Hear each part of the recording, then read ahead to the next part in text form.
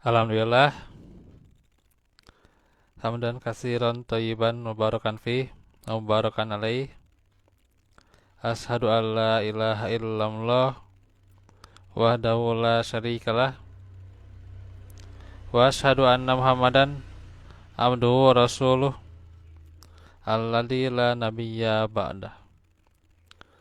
Alhamdulillah, ikhwati fillah, kita bertemu lagi di siang yang cerah ini di dalam pelajaran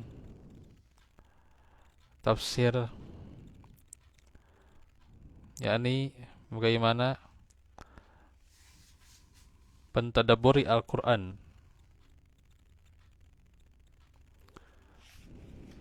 Yang kita bahas hari ini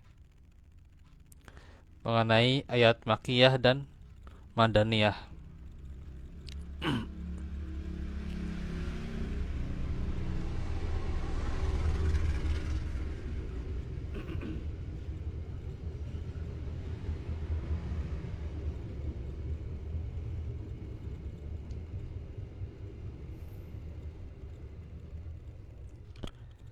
Syekh Muhammad bin Shalih Al-Utsaimin rahimahullah berkata, ayat Makkiyah adalah ayat-ayat yang turun kepada Rasulullah sebelum hijrah ke Madinah. Adapun ayat Madaniyah adalah ayat-ayat yang turun kepada Nabi setelah beliau hijrah. Nah, tema yang dijelaskan dalam ayat-ayat Makkiyah diantaranya tentang tauhid dan akidah yang lurus, khususnya berhubungan dengan diantaranya tauhid uluhiyah, yakni tauhid uluhiyah dan iman kepada hari kiamat.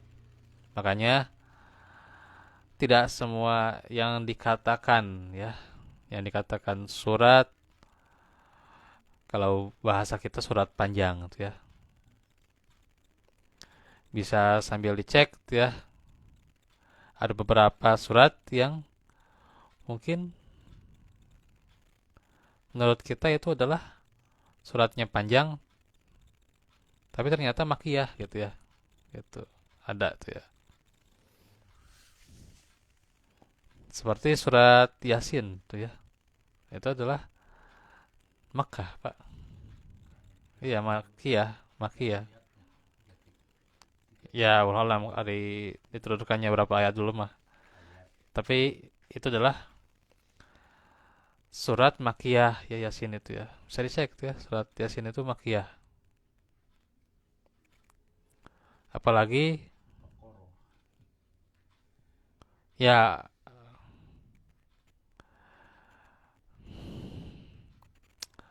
berhubungan ada sebagiannya di beberapa ayat tentang hari kiamat di surat Yasin juga.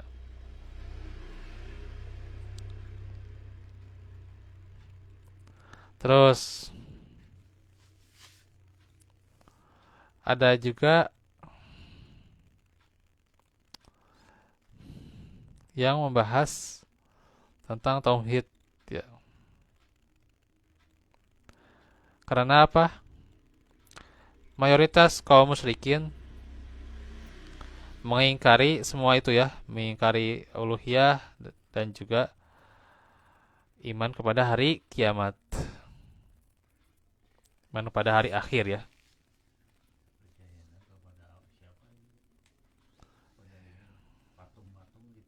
Iya, makanya diingkari ketika masih di Mekah diturunkan ayat-ayat seputar tauhid ya.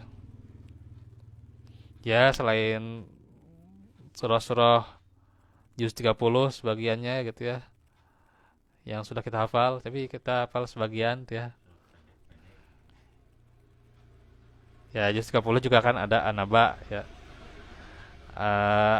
An-Nazi'at, Abasa gitu ya. Ya, ala-ala juga termasuk. Ya, itu juga termasuk ya. Juz 30 itu ya di Mekah ya, di Mekah ya, karena sebelum hijrah, dan juga ayat-ayatnya kan berkenaan semuanya gitu ya, hampir semuanya tentang tauhid dan juga hari akhir itu ya. Tapi yang kita hafal baru sebagian ya. Ada yang udah hafal semuanya? Ya selain yang sudah hafal di sini, nah ini ya harus dicek lagi ya. Gampang sebenarnya Pak menghafal mah ya. Tapi ya ikuti dengan amalan ya.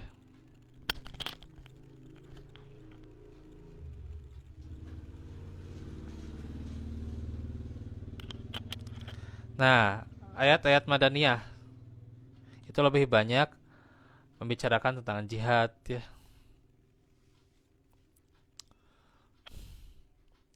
tentang jihad, hukum-hukum ya, syariat dan keadaan kaum munafik ya. Karenanya kan Al-Baqarah itu kan awal-awalnya tentang ya tentang takwa, terus keadaan orang-orang kafir, kemudian orang munafik. Nah, itu kan ayat-ayat Madaniyah tuh ya.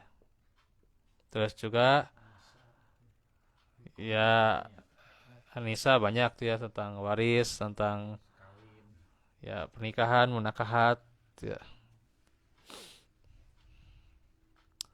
Terus tentang jihad, surah Taubah ada sebagian tuh ya.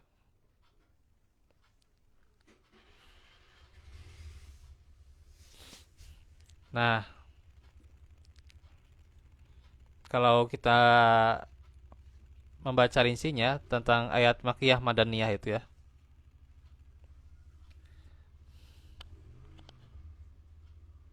Jadi kita tidak hanya melihat di Al-Qur'an tuh ya, tapi lihat dari ilmu tafsir ya. Ada yang sebagian tuh ya di dalam surat tertentu itu ya, sebagiannya Makkiyah, sebagian Madaniyah gitu. Jadi nggak semuanya, misalnya ketika disebutkan di dalam Al-Qur'an misalnya di mushaf ya, itu adalah surat Makkiyah atau surat Madaniyah gitu ya. Tidak semuanya Madaniyah gitu ya. Ada yang sebagian Makkiyah dan sebagian Madaniyah gitu. Nah, itu pentingnya kita belajar tafsir ya. Jadi tidak hanya melihat saja ya. Cuman yang di Al-Qur'an itu mayoritasnya, misalnya ada surat Madaniyah, itu mayoritasnya Madaniyah gitu. Ya, mayoritasnya diturunkan setelah hijrah gitu. Tapi tidak semuanya Madaniyah ya. Ada yang Makkiyah hanya sebagian gitu. Nah, itu.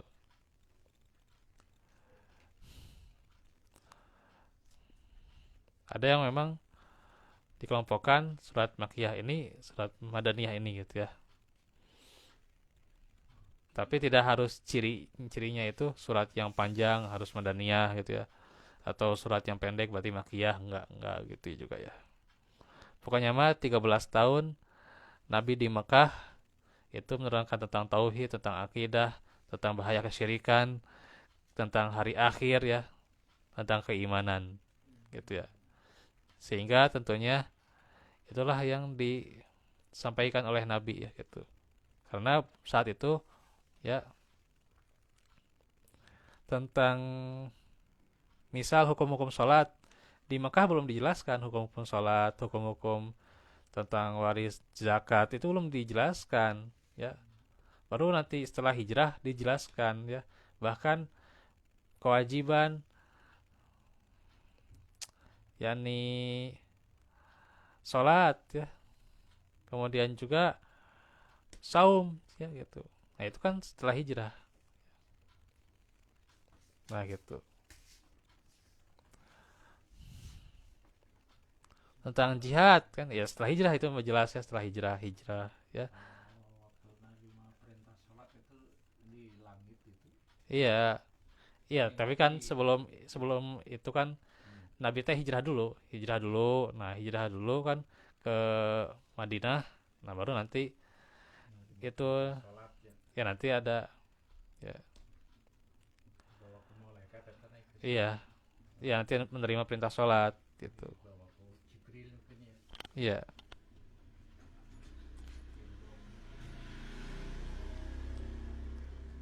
Terus keadaan orang-orang munafik itu baru ketahuan ketika sudah hijrah. Ketika di Makkah mah sudah jelas dah orang-orang yang mengingkari, orang-orang yang kafir, mereka menampakkan diri tidak ada orang munafik ya, karena mereka jelas mengingkari gitu ya orang-orang yang di Mekah waktu di Mekah itu Nabi itu ya. Tapi setelah hijrah, nah baru ketahuan mana yang munafik. Nah gitu. Makanya dijelaskan sifat-sifat orang munafik gitu ya. Kembali lagi ke kafir gitu. Munafik mah lebih parah Pak. Jadi lebih parah dia menyembunyikan kekafirannya kalau munafik mah. Kalau kafir mah jelas. Kalau kumpul sama orang Islam, orang yang beriman seperti orang beriman gitu, tapi Iya kayak gitu. hatinya enggak gitu. Iya. Seperti dia orang beriman padahal hatinya tidak gitu. Itu orang munafik gitu. Jepingan istilahnya kalau disudahkan ya. Nah, itu definisi ayat Makkiyah Madaniyah. Nanti kalau mau dirincinya silahkan saja di ada ilmunya yakni ulumul Quran. Ya, itu bisa nanti kalau mau dikaji ya ulumul Quran.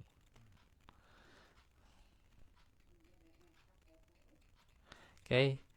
Nah, sekarang faedahnya apa saja untuk kita mengetahui ayat Makkiyah dan juga Madaniyah?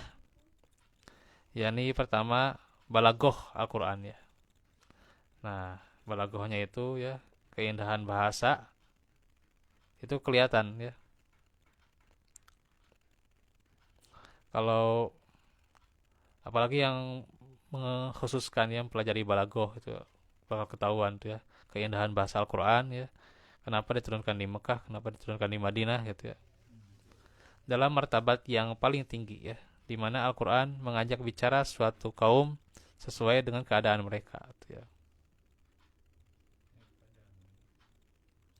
Kedua, terlihatnya hikmah pensyariatan di mana Al-Quran itu bertahap ya, perlahan-lahan ya berangsur-angsur sedikit demi sedikit ya. Nah, itu sedikit demi sedikit. Hal ini dimulai dari permasalahan yang paling urgen sesuai dengan keadaan orang ya.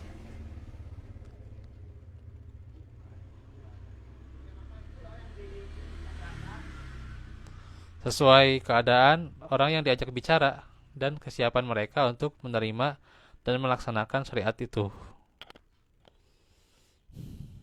Tiga,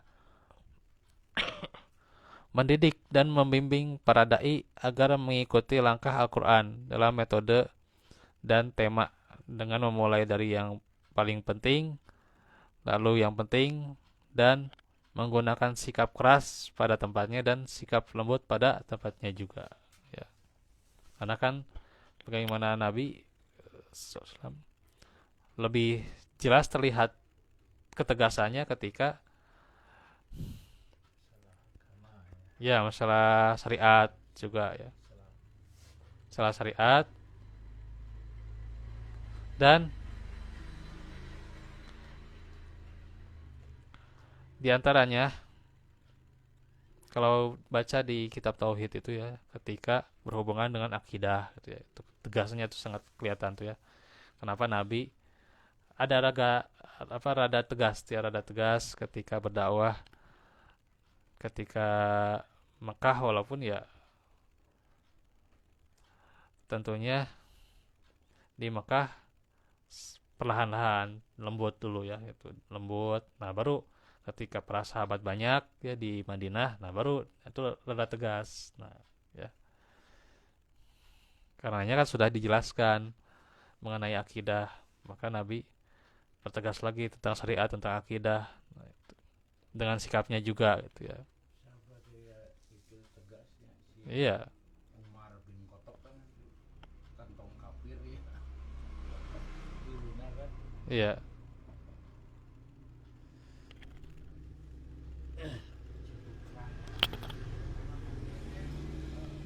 Dan juga nantinya berhubungan dengan nasikh mansukh ya.